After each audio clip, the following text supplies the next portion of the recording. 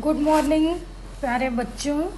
आज हम सामाजिक विज्ञान का पहला चैप्टर संसाधन एवं विकास को पढ़ेंगे और जानेंगे कि संसाधन क्या होते हैं और किस तरह हमारा विकास इन संसाधनों के उपयोग से किया जा सकता है।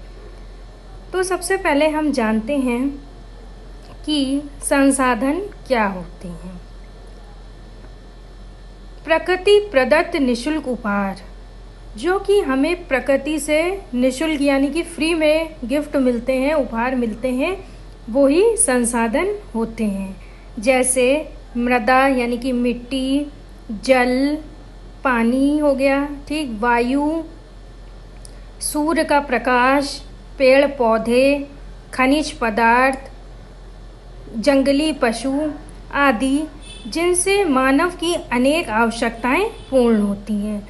इन सब से क्या होता है, मानव की जितनी भी आवश्यकताएं हैं वो सब पूरी होती हैं और मानव के लिए ये बहुत ज़्यादा उपयोगी भी होते हैं और इनकी उपयोगिता में सहायक होती है। तो ये सब चीज़ें हमारी क्या हो गई, संसाधन हो गई और इन्हीं को हम संसाधन कहते हैं। प्रकृति ने मानव को अमूल प्राकृतिक उपहार प्रदान किए हैं। जो हमारी प्रकृति है उसमें बहुत सारे अमूल्य प्राकृतिक उपहार हैं जो कि मानव को दिए गए हैं, परंतु इन्हें मानव के लिए उपयोगी बनाने के लिए कुछ अदृश्य तत्वों का हाथ रहता है। तो अब हम जानते हैं कि अदृश्य तत्व क्या होते हैं। जैसे स्वास्थ्य, इच्छा शक्ति, तकनीकी ज्ञान एवं राष्ट्रीय संगठन आदि ऐसे अदृश्य तत्व हैं। स्वास्थ्य हो गया, शारीरिक स्वास्थ्य, मानसिक स्वास्थ्य, दोनों स्वास्थ्य हो गए। इच्छा शक्ति यानी कि किसी भी काम करने को अंदर से हमारी प्रेरणा हो, अंदर से हमारी अंदर शक्ति उत्पन्न करना। तकनीकी ज्ञान यानी कि हमको उस विषय की टेक्निकल नॉलेज भी होना चाहिए कि किस तरह से, किस मशीनों द्वारा या किस तरह से उसको हम अच्छे से प्रयोग कर सकते हैं।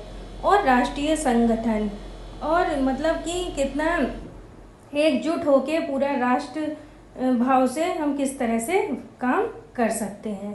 तो ये सारे हो गए हमारे आदर्श, जो कि हमको दिखते नहीं है, ऐसे तत्व जो महत्वपूर्ण संसाधन है। यह भी क्या है, एक महत्वपूर्ण संसाधन है। संसाधन का अर्थ केवल प्राकृतिक तत्व ही नहीं है। सिर्फ प्रकृति से, यानी कि जो भी हमको प्रकृति से मिल रहा है सिर्फ वही चीज़ें संसाधन नहीं है, बल्कि जो मानव के द्वारा भी की जा रही हैं तो वो भी संसाधन होते हैं। इस प्रकार कोई भी वो वस्तु जो मानव के लिए उपयोगी हो अथवा उपयोगिता में सहायक हो, संसाधन कहलाती है।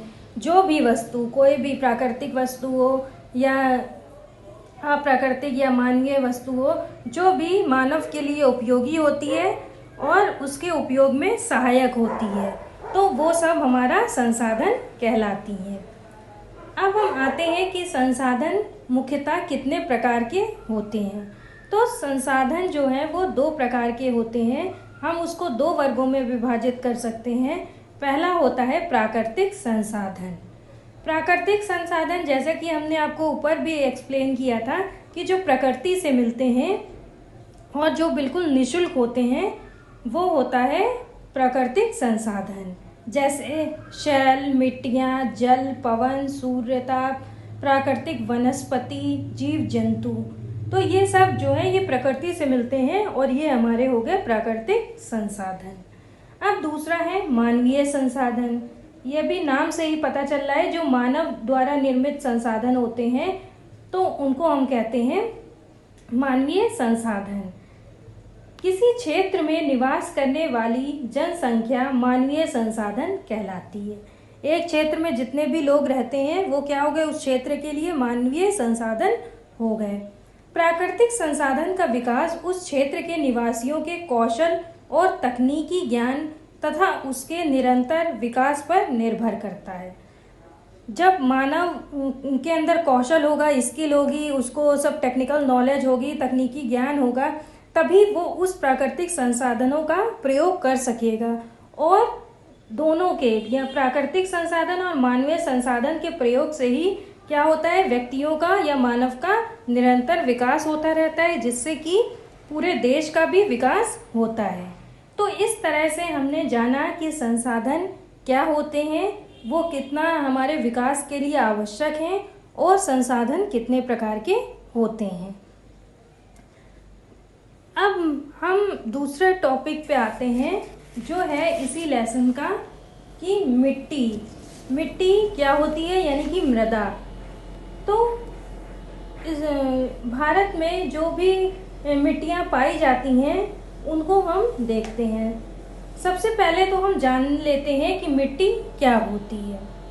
मिट्टी होती है जो भूमि की ऊपरी परत को ढकने वाले सभी मुलायम पदार्थ को हम मिट्टी कहते हैं। जो भूमि होती है हमारी ज़मीन, उसके ऊपर जो भी मुलायम पदार्थ होता है वो क्या होता है, मिट्टी होता है। डॉक्टर बेनेट के अनुसार मिट्टी भूपृष्ठ भाग पर मिलने वाले असंगठित पदार्थों की ऊपरी परत है। भूपृष्ठ यानी कि भूमि के ऊपरी परत पर जो भी हमको पदार्थ मिलते हैं, मुलायम पदार्थ मिलते हैं, वो क्या है, मिट्टी है, जो कि मूल शैलों तथा वनस्पति के योग से बनती है। मिट्टी का निर्माण चट्टानों के टूटे हुए कणों के एकत्र हो जाने के फलस्वरूप होता है। जब चट्टानें जो होती हैं वो टूट जाती हैं तो उसके जो छोटे छोटे कण होते हैं वो किस रूप में बनते हैं, मिट्टी के रूप में बनते हैं। अब हम जानते हैं कि भारत में कितनी प्रकार की मिट्टियाँ पाई जाती हैं। भारत में, पूरे भारत में मुख्यतः 6 प्रकार की मिट्टियाँ पाई जाती हैं। तो उसमें सबसे पहली है दोमट मिट्टी। दोमट मिट्टी को हम जलोढ़ मिट्टी के नाम से भी जानते हैं। ये नदियों द्वारा लाई गई मिट्टी से बनती है। जब नदियाँ बहती हैं तो उस बहाव से जो मिट्टी आती है वो क्या होती है, दोमट मिट्टी होती है, और ये बहुत ज़्यादा उपजाऊ भी होती है। इस मिट्टी में रबी तथा खरीफ की फसलें बोई जाती हैं। जो हमारे तरफ होती हैं यूपी में, रबी और खरीफ की फसलें वो इस मिट्टी में बोई जाती हैं। ये मिट्टी उत्तर प्रदेश, असम, पश्चिमी बंगाल, बिहार, झारखंड और गुजरात आदि राज्यों में पाई जाती हैं। भारत के ये इन राज्यों में दोमट मिट्टी पाई जाती है और ये सबसे ज़्यादा उपजाऊ मिट्टी मानी जाती है। अब दूसरी है लाल मिट्टी। इस मिट्टी का रंग लाल होता है। जैसा कि नाम से ही पता चल रहा है कि ये लाल मिट्टी है, इसका रंग क्योंकि लाल होता है। क्योंकि लाल अब क्यों होता है, क्योंकि इसमें लोह तत्व का मिश्रण होता है। लोहा जो होता है वो लाल कलर का होता है, इसी वजह से इस मिट्टी को हम लाल मिट्टी कहते हैं। इस प्रकार की मिट्टी में विशेषता ज्वार, बाजरा, तिरन, मूंगफली, कपास आदि अधिक उत्पन्न होती है। इस मिट्टी में क्या क्या, कौन कौन सी फसलें होती हैं, जैसे ज्वार हो गया, बाजरा हो गया, तिलहन हो गया, मूंगफली हो गया, कपास हो गया, ये सब लाल मिट्टी में उत्पन्न होता है। अब हम जानते हैं कि लाल मिट्टी कौन कौन से राज्यों में पाई जाती है। तो ये जो मिट्टी होती है लाल मिट्टी, वो मुख्यतः आंध्र प्रदेश में, कर्नाटक, मध्य प्रदेश, छत्तीसगढ़ और उड़ीसा आदि राज्यों में पाई जाती है। तो 2 मिट्टी आपको समझ में आ गई होगी, दोमट मिट्टी और लाल मिट्टी। अब हम आते हैं तीसरी मिट्टी यानी कि काली मिट्टी पे। इसको भी नाम से ही पता चल रहा है कि ये काली मिट्टी है और काले कलर की होती है। तो ज्वालामुखी से निकलने वाली राख और लावा से बनी काली मिट्टी में उर्वरा शक्ति तथा नमी धारण करने की क्षमता अधिक होती है। ये मिट्टी कैसे बनती है, जब ज्वालामुखी से जो भी राख और लावा निकलता है उससे ही ये काली मिट्टी बनती है। और इसमें उर्वरा शक्ति यानी कि बहुत उपजाऊ होती है और इसमें नमी भी बहुत ज़्यादा होती है इस मिट्टी में। तो ये मिट्टी मुख्यतः कपास की खेती होती है वो इसी मिट्टी में की जाती है। इसके प्रमुख क्षेत्र हैं गुजरात, मध्य प्रदेश, आंध्र प्रदेश, ये जितने भी राज्य हैं उसमें काली मिट्टी पाई जाती है। अब चौथी मिट्टी आती है लेटराइट मिट्टी। ये मिट्टी चट्टानों के चूर्ण से बनती है। जब चट्टानें टूटती हैं तो जो उसका चूरा होता है उसी चूर्ण से ये मिट्टियाँ बनती हैं। इसका रंग ईंट की तरह लाल होता है। लेटराइट मिट्टी का जो कलर होता है वो लाल होता है, जैसे कि ईंटे का कलर होता है उसी तरह। ये लाल शैलों से टूटने से बनती है। इसमें प्रमुख रूप से कहवा, चाय और रबड़ का उत्पादन किया जाता है। इन सब की खेती होती है लेटराइट मिट्टी में। इसके प्रमुख क्षेत्र हैं, ये कहाँ राज्यों में, किन किन राज्यों में पाई जाती है, तो हो गया मध्य प्रदेश में, आंध्र प्रदेश में, उड़ीसा में और तमिलनाडु में ये मिट्टी मुख्यतः पाई जाती है। अब पांचवी मिट्टी आती है पर्वतीय मिट्टी। पर्वतीय मिट्टी जो कि पर्वत वाली जगहों पर पाई जाती है, जैसे हिमालय क्षेत्र में पर्वतीय मिट्टियाँ पाई जाती हैं। हिमालय एक पर्वत है तो वहाँ पर ये मिट्टी पाई जाती है। ऊंचाई के अनुसार इनके रूप और गुण पृथक पृथक हो जाते हैं। यानी कि जब ये ऊंचाई पे हो जाती हैं, बहुत ऊंचे पे पहुंच जाती हैं, तो इसका जो गुण होता है वो अलग अलग हो जाता है। ये मिट्टी कंकड़ पत्थर से युक्त होती है और मुलायम तथा कठोर चट्टानों के टूटने के फलस्वरूप बनती है। इस मिट्टी में क्या होता है कि ये चिकनी नहीं होती, ये कंकड़ और पत्थर होते हैं इस मिट्टी में, क्योंकि जो बहुत कठोर चट्टानें होती हैं पर्वत के आसपास, उन्हीं के टूटने से ये मिट्टी का निर्माण होता है। इसमें बालू, चीका और कंकड़ पाए जाते हैं। हिमालय की घाटियों और पठारी भागों में मिलने वाली इस मिट्टी में चाय, आलू व धान की कृषि होती है। तो इस मिट्टी में हमारा जो चाय का उत्पादन है, आलू है, धान है, इन सब की खेती की जाती है। इस मिट्टी को सुधारकर कृषि योग्य बनाया जा सकता है। जब इस मिट्टी को हम सुधारेंगे तो इसको हम कृषि के उपयोग में भी ला सकते हैं। और खेती करने के लिए इसमें कौन सी खेती हो सकती है, जैसे चाय की हो गई, आलू और धान की खेती की जा सकती है। अब है छठी मिट्टी, यानी कि लास्ट मिट्टी जो भी है वो है मरुस्थलीय मिट्टी। मरुस्थलीय यानी कि जो रेगिस्तान में पाई जाती है वो मिट्टी। ये मिट्टी राजस्थान के पश्चिमी भागों तथा दक्षिणी पंजाब में पाई जाती है। जो रेगिस्तान वाला जो एरिया होता है, जैसे कि राजस्थान हो गया और दक्षिणी पंजाब हो गया, उसमें ये मिट्टी पाई जाती है। इसमें उपजाऊ शक्ति बहुत कम होती है, मतलब कि इसमें जो हमारी खेती है वो बहुत कम की जा सकती है, क्योंकि इसकी जो उपजाऊ शक्ति है वो बहुत कम होती है। इस मिट्टी में बालू की प्रधानता होती है। ये मिट्टी में बहुत ज़्यादा क्या होता है, बालू मिली हुई होती है, अतः इसमें नमी धारण करने की क्षमता नहीं रह पाती, क्योंकि बालू होती है, इस वजह से इसमें नमी नहीं रहती इस मिट्टी में। और जब नमी नहीं रहती, इसी वजह से इसको हम उपजाऊ, जो खेती के लिए उपजाऊ शक्ति चाहिए, वो भी नहीं हो पाती। इसमें कौन कौन सी फसलें उग सकती हैं, वो हैं ज्वार और बाजरा की फसलें। बस यही फसल इसमें उगाई जा सकती हैं। तो हमने अब जाना कि मिट्टी क्या होती है, कितनी तरह की मिट्टी भारत में पाई जाती हैं और किस मिट्टी को हम किस खेती के लिए प्रयोग में ला सकते हैं। अब हम जानते हैं कि जो काली मिट्टी है वो क्या होती है और वो कहाँ से उत्पन्न होती है, ये तो अभी हमने बताया था आपको, और उसकी विशेषताएं क्या होती हैं। तो जो काली मिट्टी होती है वो ज्वालामुखी के जो लावा होता है या राख होती है उसी से बनती है। काली मिट्टी की उत्पत्ति में ज्वालामुखी से निकले पदार्थों का विशेष हाथ होता है। ये मिट्टी आग्नेय शैलों के विखंडन के कारण शैल चूर्णों के निष्पेक्षित होने के फलस्वरूप उत्पन्न होती है। जो ज्वालामुखी से राख और वो निकलेगी तो उसके जो शैल चूर्ण होंगे उसी से ये बन जाती है ये मिट्टी। आग्नेय शैल अपरदन की क्रिया के फलस्वरूप टूटती फूटती है।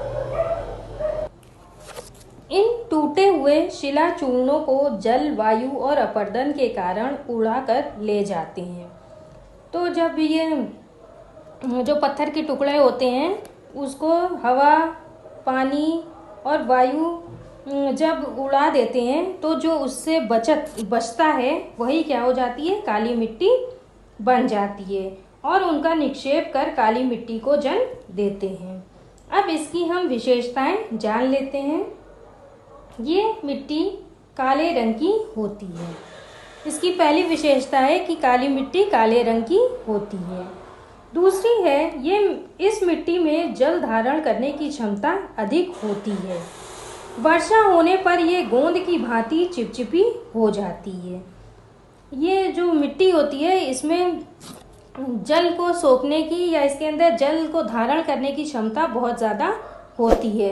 तो जब वर्षा होती है तो उसके पानी से ये मिट्टी क्या हो जाती है, चिपचिपी हो जाती है। जिस तरह गोंद चिपचिपा होता है उसी तरह ये भी चिपचिपी हो जाती है। इसकी तीसरी विशेषता है सूखने पर सिकुड़ने से इस मिट्टी में 10 से 15 सेंटीमीटर तक चौड़ी दरार पड़ जाती है। जब वर्षा होगी तो ये चिपचिपी हो जाएगी, लेकिन जब ये सूखेगी मिट्टी तो ये सिकुड़ने लगती है और इसमें चौड़ी चौड़ी दरारें पड़ जाती हैं। चौथा है इस मिट्टी में कैल्शियम कार्बोनेट तथा मैग्नीशियम कार्बोनेट की मात्रा अधिक होती है। ये दो हमारे केमिकल हैं, कैल्शियम कार्बोनेट और मैग्नीशियम कार्बोनेट। इन दोनों की मात्रा इस मिट्टी में बहुत ज़्यादा होती है। पांचवा है विशेषता, ये मिट्टी बहुत उपजाऊ होती है। ये मिट्टी बहुत ज़्यादा उपजाऊ होती है, यानी कि इसमें बहुत अच्छी खेती की जा सकती है। काली मिट्टी वाले खेतों में जुताई भी कम करनी पड़ती है और ये शीघ्र ही भुरभुरी हो जाती है। मतलब है कि इसमें जुताई भी कम करनी पड़ती है और जब जुताई करते हैं तो जल्दी से ये क्या हो जाती है, भुरभुरी हो जाती है। छठी विशेषता है काली मिट्टी को कपास की मिट्टी कहा जाता है। कपास की मिट्टी भी कहते हैं काली मिट्टी को। क्यों कहते हैं? क्योंकि इस मिट्टी में कपास की खेती अधिक अच्छी होती है। कपास की खेती करने के लिए जो बेस्ट मिट्टी है, सबसे अच्छी मिट्टी है, वो कौन सी होती है? काली मिट्टी। इसीलिए काली मिट्टी को हम कपास की मिट्टी के नाम से भी जानते हैं। 7 पॉइंट है इसमें, कपास के पौधों को पर्याप्त नमी की आवश्यकता होती है। जो कपास के पेड़ होते हैं, पौधे होते हैं, उनको बहुत ज़्यादा नमी की ज़रूरत होती है, परंतु उसकी जड़ों में जल एकत्र नहीं होना चाहिए। लेकिन जो वो पौधे हैं कपास के, उनकी जड़ों में पानी इकट्ठा नहीं होना चाहिए। काली मिट्टी ये भूमिका भली प्रकार निभा देती है और इसलिए क्योंकि काली मिट्टी वो सब जल सोख लेती है, उसकी जड़ों में पानी नहीं रह जाता है कपास के पौधों की जड़ों में, तो इस मिट्टी में कपास की जो खेती होती है वो बहुत अच्छी तरह से हो जाती है। अब इसमें लास्ट विशेषता है, वर्षा होते ही काली मिट्टी जल को सोख लेती है। जब पानी बरसता है या बारिश होती है तो काली मिट्टी के अंदर इतनी पावर होती है, इतनी शक्ति होती है कि वो सारा जल सोख लेती है तथा नमी को भूगर्भ में सुरक्षित बनाए रखती है और पृथ्वी के अंदर क्या हो जाती है, नमी बनाए रखती है। वर्षा न होने पर यह नमी कपास के पौधों को विकसित होने में सहायक होती है और जब वर्षा नहीं होगी लेकिन पेड़ों को तो नमी चाहिए, तो वो वही नमी पौधों को विकसित करने के लिए या पौधों को के विकास करने के लिए सहायक होती है या उसमें मदद करती है। इसलिए कपास की मिट्टी भी काली मिट्टी को कहा जाता है। तो हमने आज जाना कि संसाधन क्या होते हैं, किस तरह से संसाधनों के उपयोग से हमारा विकास होता है, भारत में कितने प्रकार की मिट्टी पाई जाती है और काली मिट्टी किस तरह से उत्पन्न होती है और उसकी कितनी विशेषताएं होती हैं। तो आपको ये लेसन समझ में आ गया होगा अगर इससे रिलेटेड आपको कोई भी प्रॉब्लम है तो आप कमेंट बॉक्स में लिखकर अपनी क्वेरीज और क्वेश्चंस को पूछ सकते हैं। अब हम मिलते हैं अपने नेक्स्ट क्लास में। इसी लेसन में कुछ अभी रह गया है, उसी को हम आगे कंटिन्यू करेंगे। और आप लोग इस चैनल को सब्सक्राइब ज़रूर करें और वीडियो पसंद आए तो लाइक ज़रूर करें। धन्यवाद।